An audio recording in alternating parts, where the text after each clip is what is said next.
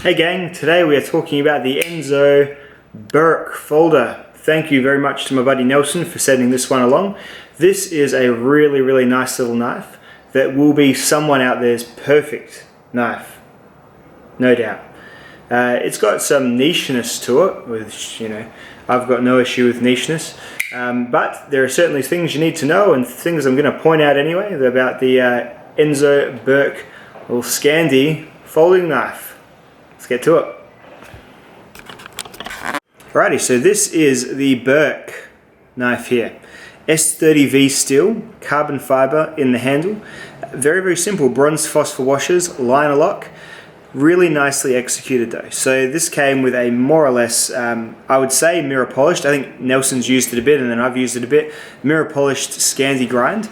It appears to have maybe the slightest of convexes over the edge, so it doesn't appear to be completely zero. It's very close to zero, but, and I'm not saying this is a bad thing, I'm saying it's probably a good idea, sort of backing up your S30V Scandi with just a little bit of oomph behind the edge to stop it from chipping or rolling or whatnot. So, and certainly I haven't had any issues like that at all, and I've used it against wood and I've used it against a few odds and ends actually, so just in the course of my review and of course just in everyday carry use while I've sort of carried it for testing. So all sorts of stuff and no real edge degradation so far. I've hit it with the strop wheel once or twice, but apart from that, no bloody worries whatsoever. So you're looking at a very much EDC able sized knife. So the blade is just on that 3-inch mark, the handle's on about the 4-inch mark. It's a bit more robust in a few ways than say your Spyderco Delica for example. But I think to best illustrate this, I'll roll in some size comparisons now.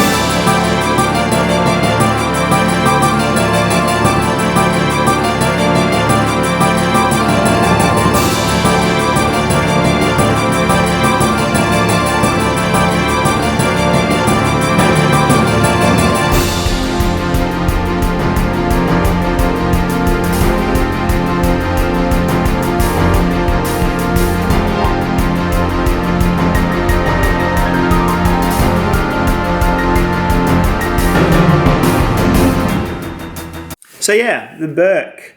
I'll put all the specs to the end. Let's just talk about what I like and what I don't like and what you need to know about the knife. Because, well, it's pretty obvious. It's a Scandi folding knife. Is that for you? If it is, then this is an exceptionally well-made one. If it's not for you, I am not sure I'll be able to talk you around because, to be honest, it's not for me either.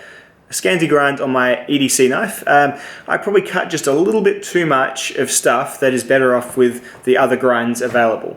And that is things like cardboard and food, largely. So whilst this will certainly cut those things just fine, I just find that a hollow grind or a flat grind or even a higher saber grind generally does a little bit better with those tasks. Because you've got to think here, the thinnest part of the edge is right where I'm touching now, and then it is the same thickness from this point up. So that's a fair wedge-like shape there. So just something to know. But I love about this knife how well they've gone and made it. So the carbon fiber, full carbon fiber, really nicely finished.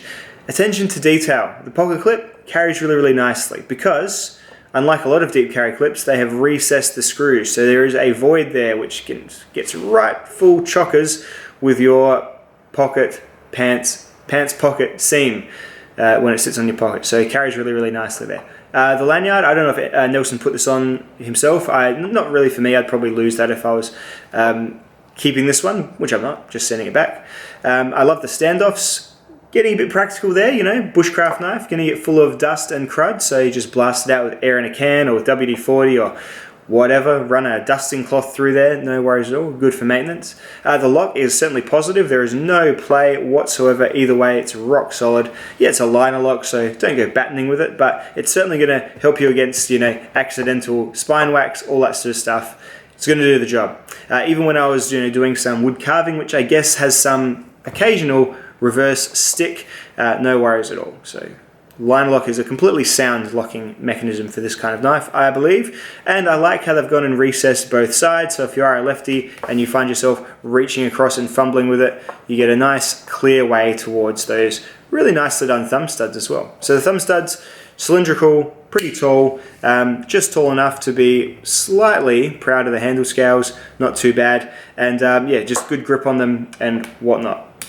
As good as you can do thumb studs. How much can you talk about thumb studs? I don't know, probably plenty, but that's as much as I'm going to go. I like them. And the great thing about this knife, one of the great things, is the deployment. It is so smooth.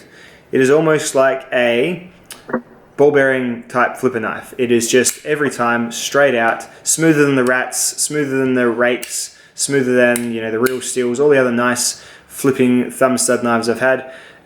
Just bronze phosphor wash is doing the job, but doing it really nicely. Good job BP, good job Enzo. So, moving on towards the blade.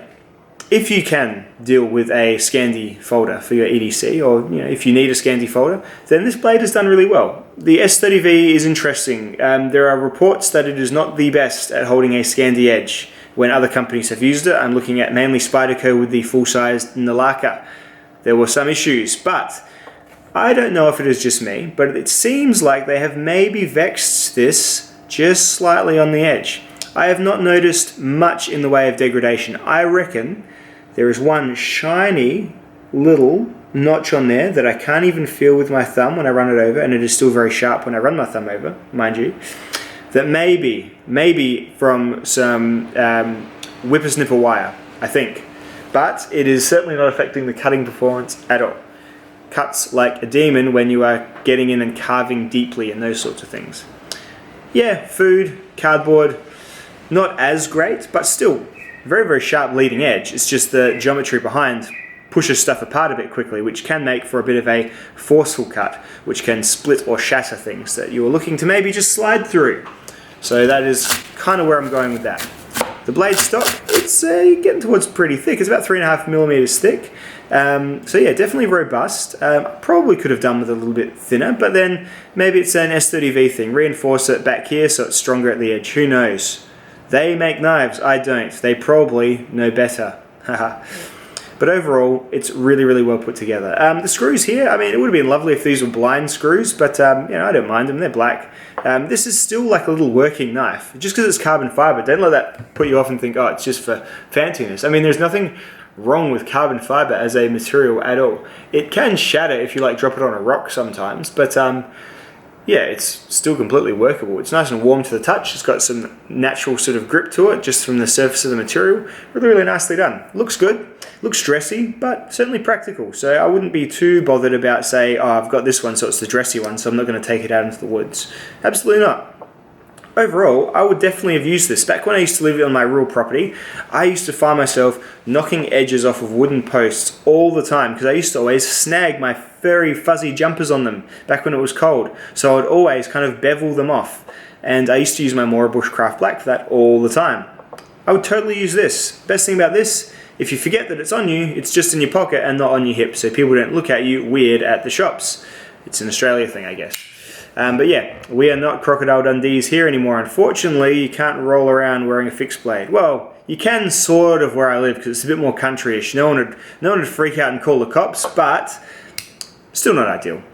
So yeah, having one of these in your pocket does all that Scandi cutting nice and hidden. So I can see the appeal. It's just my current life situation probably doesn't really match this knife.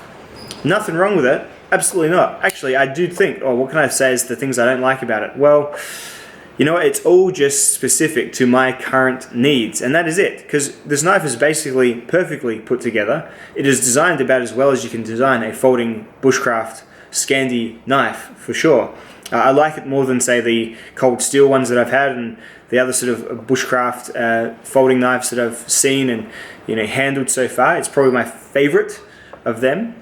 Still doesn't mean that I really need one, but really have enjoyed using it and carrying it. And to be honest, as an EDC, hasn't been dreadful. It hasn't been, you know, oh, if only I didn't have a Scandi edge. You make it work, you know. And this is just like their hobby. We just obsess over these little details when largely, as long as the knife is overall well put together and the steel is good, you can pretty much get most things done with most knives. It's just that little level of extra awesome that you can sometimes squeeze by choosing more ideally suited grinds and whatnot. So the Enzo Birk. Enjoyable, well put together, a little bit nichey, but there is definitely a niche, an active niche in the YouTube knife world at the very least. People are loving these folders. It's funny you don't see this one as much, but then when Topps release like a Scandi folder, everyone loses their minds. Maybe it's just I don't know, a marketing thing, I guess, because they seem to be quietly puttering away, making their cool little unique knives over at Enzo there in Finland, I believe.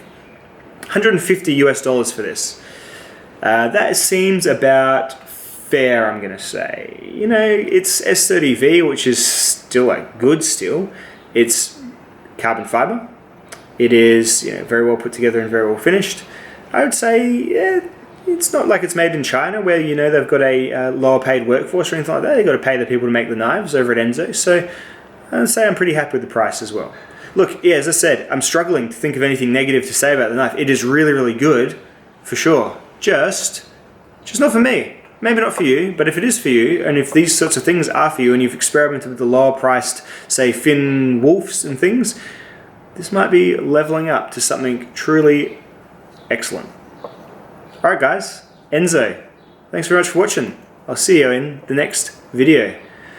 Goodbye.